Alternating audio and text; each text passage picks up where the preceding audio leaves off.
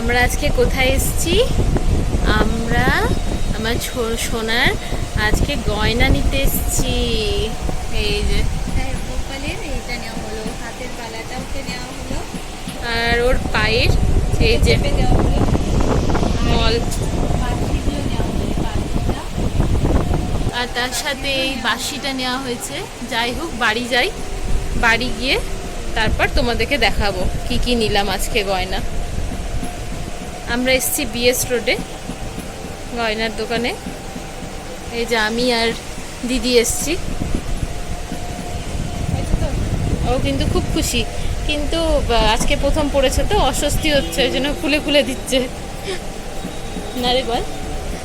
যাই হোক, এই যে আজকে গোপাল খুব খুশি খুশি। আজকে ছোট কেশব আজকে খুব খুশি, কারণ ওর জন্য নেওয়া হয়েছে। কেশবকে নিয়েই বেরিয়েছি, কারণ ওর হাতের মাপ বা পায়ের মাপটা দরকার, তো সেই জন্য হাতে পায়ে পরিয়ে নিলাম একবারে, টাইট করিয়ে।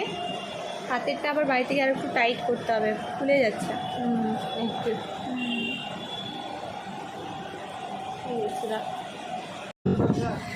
তোমার কার্ড থাকলে দাও, আমি এখানটা একটু শো করে দিই।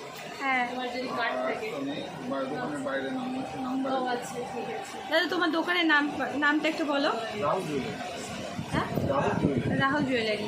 তো আমরা দাদার দোকানে এসেছিলাম, তো দাদার দোকানে এই তো গোপালের সব জিনিসগুলো নেওয়া হলো। তো এখন বাড়ি যাব, তো দাদা আম নিল, সেই জন্য দাদা আবার গোপালের জন্য আম দিয়ে দিয়েছে আমাদেরকে, গোপালকে দেব বাড়িতে গিয়ে। তো জুয়েলারিগুলো তো গোপালকে পরিয়ে দিয়েছি, তোমরা দেখেছো।